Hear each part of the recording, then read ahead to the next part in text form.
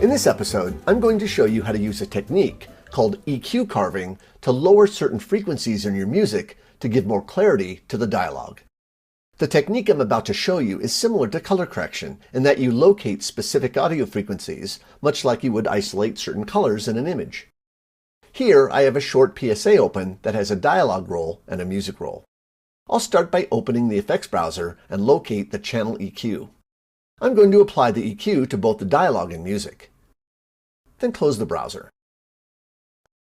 Start by selecting the dialogue, then in the inspector, open the channel EQ interface by clicking the tiny graphic.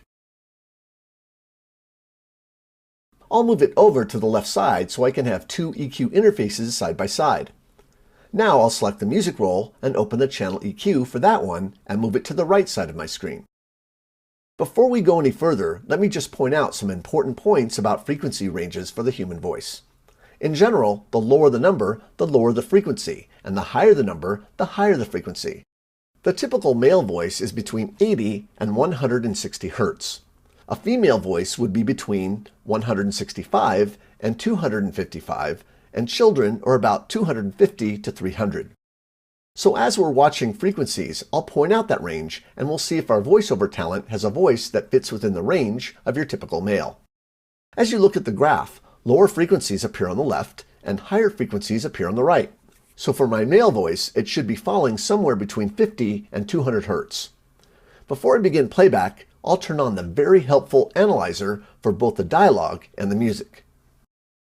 Vaping is inhaling so-called safe chemicals like propylene. So as you can see in the analyzer, his primary voice frequency is right there where it should be. The other frequencies are the harmonics that give color to his voice, but the dominant frequency is right there between 60 and 180. Now let's take a look at the music and look in the same range.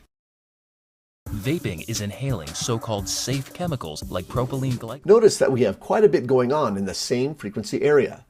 Now it's not the same loudness as the dialogue, but it's still right there in the same range and can make the overall mix sound muddy. We can use EQ carving to address this.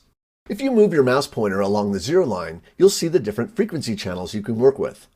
I'm going to move my pointer over 200, which is the upper limit of my male voiceover. By pulling downward on the pivot point, you are lowering or attenuating the frequencies around that point, and if you pull upward, you'll be raising or boosting those frequencies.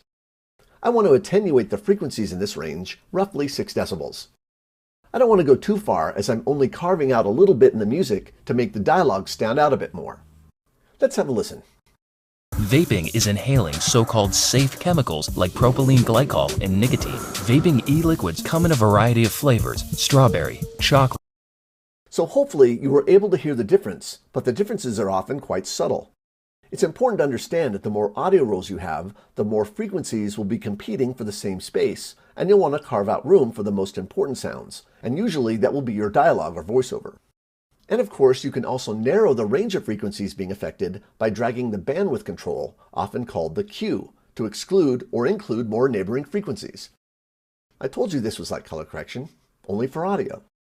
Also, if you want to see how effective your EQ carving is, you can always turn the volume of the music back up, and you can even have the music louder, as long as you've carved out the frequencies as needed.